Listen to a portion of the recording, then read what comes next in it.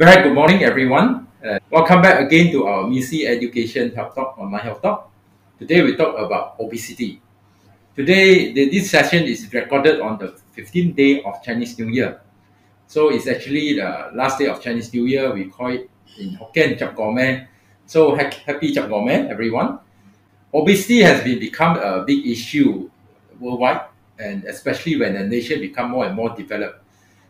Even though we are considered as a developing country, but obesity has been a big issue in Malaysia, and we are glad to have our in-house nutritionist, NADHIRA, to explain to us how bad the obesity situation in Malaysia.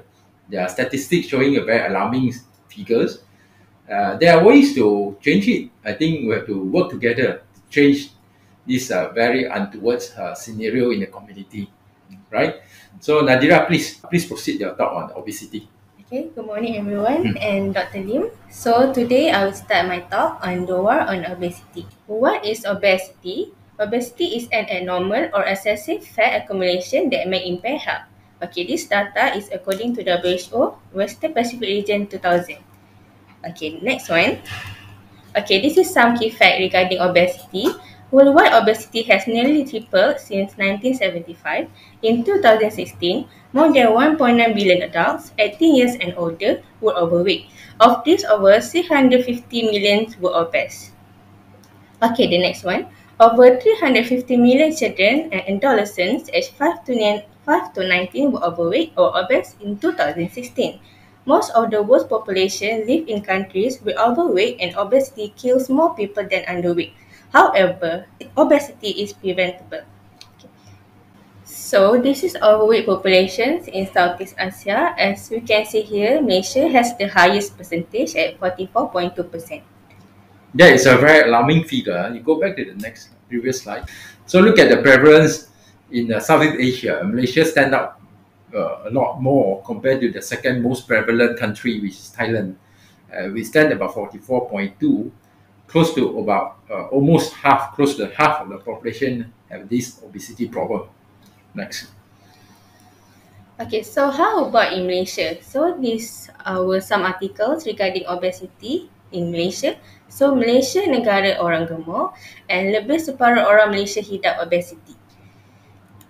Okay, so this some statistic.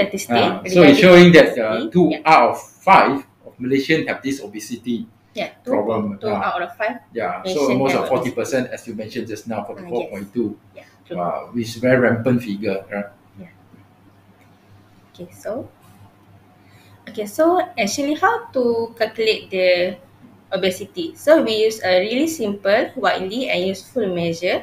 It is called body mass index, BMI. So how to calculate the BMI? We take the weight in kilogram divided by height in meter square.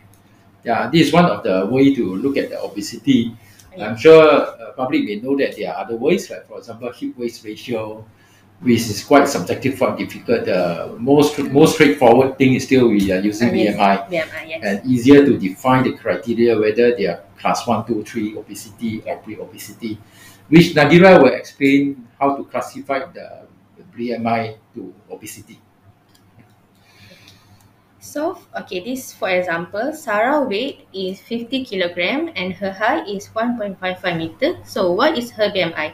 So, we take her weight 50 kilogram and her height 1.55 meter.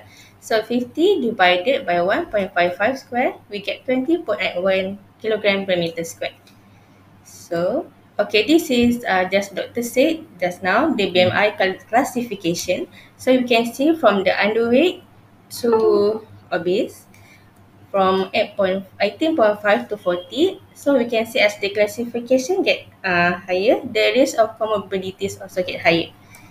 Okay, so for example, normal range is 19.5 to 24.9. So we can see Sarah is still in the normal range, 20.1 kilogram per meter square. So obesity started from 25 and above of BMI. So what actually causes obesity? So the first one is an increased intake of energy-dense foods that are high in fat and sugars, an increase in physical inactivity due to the increasingly sedentary nature of many forms of work, changing modes of transportation, calories consumed is higher than calories expended, and lastly, increasing urbanization. So, what are health consequences of obesity? So, raised BMI is a major risk factor for non-communicable disease such as cardiovascular disease, mainly heart disease and stroke, diabetes, musculoskeletal disorders, especially osteoarthritis, some cancers such as endometrial, breast, ovarian, prostate, liver, gallbladder, kidney, and colon. And did you know that childhood obesity is associated with a higher chance of obesity, premature death, and disability in adulthood? So non-communicable disease is very important in medical terms.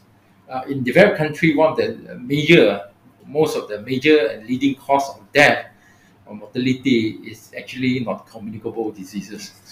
So you boil down to a few important causes like obesity, hypertension, diabetes, hyperlipidemia.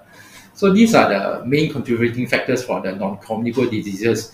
And all these four causes, some of them actually interrelated. For example, obesity and diabetes, obesity and hypertension. And you can see that obesity can cause diabetes mainly because of the visceral fat at the abdomen area cause our body resistant to insulin effect. Insulin Yeah. resistant, yeah. So it's all interrelated, and once we have obesity, diabetes tend to set in, then we increase our risk of getting stroke and heart attack. So, how to overcome? So here we focus more on lifestyle modifications. As we can see, there are many stages of modifications. So the most that we are going to focus on is lifestyle modifications. Okay. To fight obesity, we focus on three main ways. The first one is through diet. The second one is through physical activity. And the last one is through behavioral changes.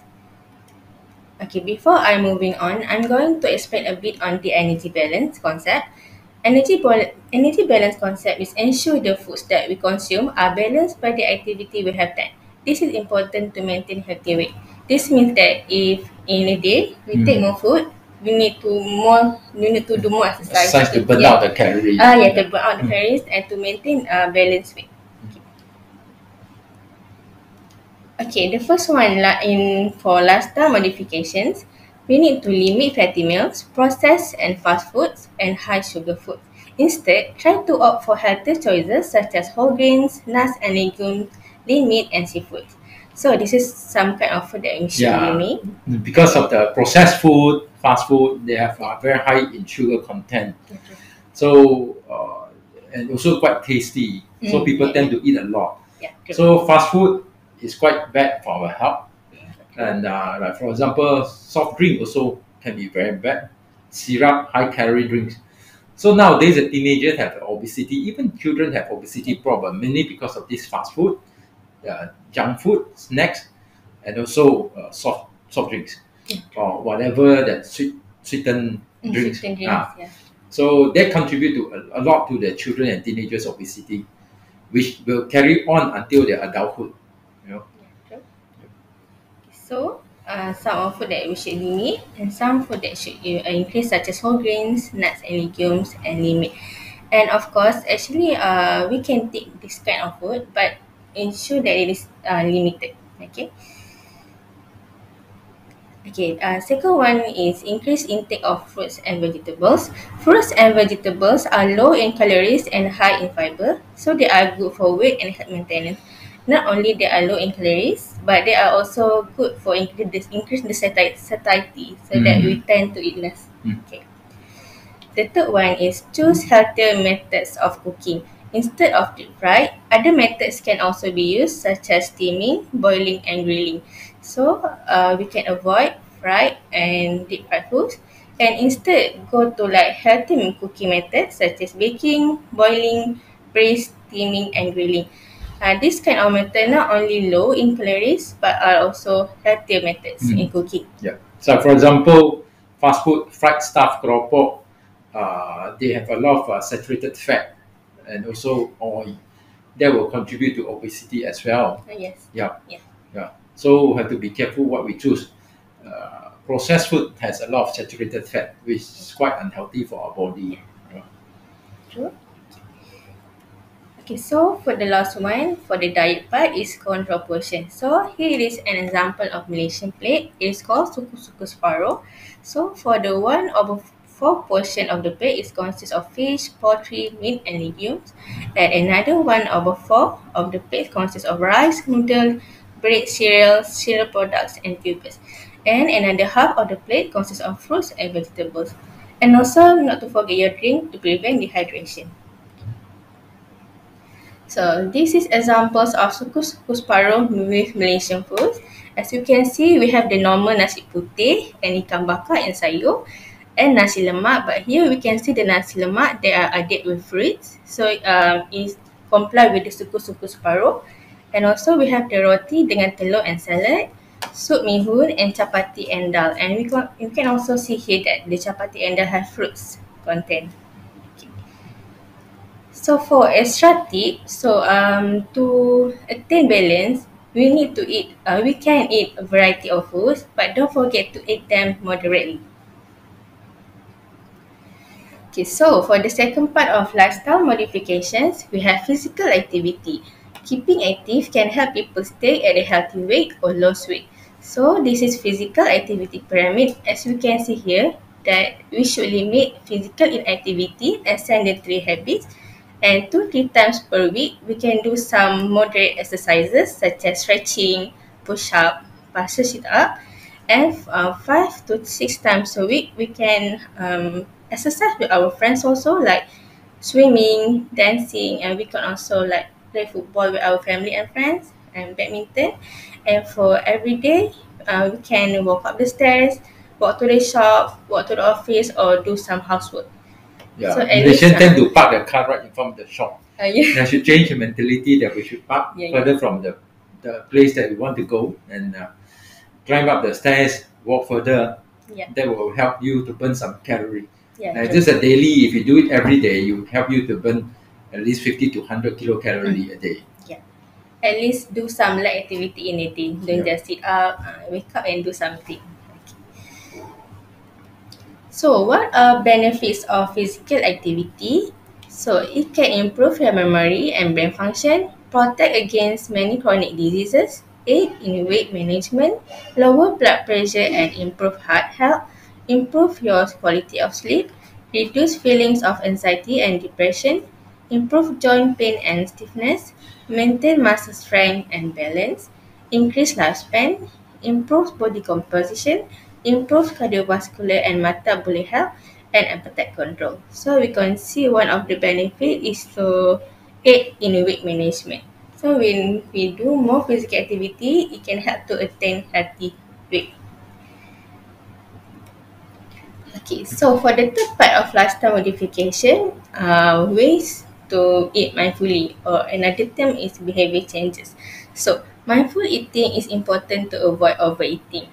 So when we are eating, we need to slow down, take about like 20 minutes when eating, chew well your food, using small plates like I said before, the suku-suku separuh plate, eat with others, you can eat with your friends and family, and unplug. Unplug meaning that while we are eating, we need to focus on our food and avoid like watching television or watching your phone, and make conscious choices. Like I said before, limit, know what kind of food you need to limit and what kind of food that you need to increase. And lastly, not to forget, love what you eat. So how to apply this behavior? Sorry. So how to apply these behavior changes? So how? Eat slowly, more than 20 minutes, and why you need to apply it? Eat only when hungry and stop eating when full. Or when to apply, eat 3 main meals per day, snacking if necessary, and don't skip meals. Actually, don't skip meals is really important because when we skip our meals, for the next meal we tend to like Yeah, overeat. I'm about to say that. So when you're hungry, you tend to binge very fast. Yes. So when you eat too fast, actually your body slower respond to tell you that it's actually full. So by the time you really feel full, it's already overeat the amount that you're supposed to eat. And also we tend to eat slowly so that we know it's full and then we stop.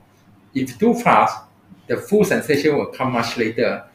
When you feel it, when you eat too fast, the full sensation come in, you already have eaten too much. Yeah. And they usually happen when we skip meal, and next meal we tend to be very hungry, we tend to eat a lot because of this concept. Yeah. Yeah. So in conclusion, obesity is an abnormal or excessive fat accumulation that may impair health. Obesity can impair health and lead to many diseases. And lastly, three important ways to fight obesity are through diet, physical activity, and behavior changes. So for the quotes of the day, the greatest wealth is health. So thank you. That's all from me and Dr. Lee. So thank you, Nadira. Thank you. We are doing this talk for public to attend, to listen to. We also do this especially for park residents in the Eco World. Also, we have the nursing hub there, so the resident actually can directly keep in touch with our nutritionist for any further inquiries on the diet issue, like for example, diabetic diet, hypertension diet, how to curb cholesterol problem, and also obesity program. We're running some online program on obesity as well. So you can always welcome to contact us for further information. Once again, thank you, Nadira, for Thank your you. great Thank talk you. and enlightening. Thank you very much. Okay.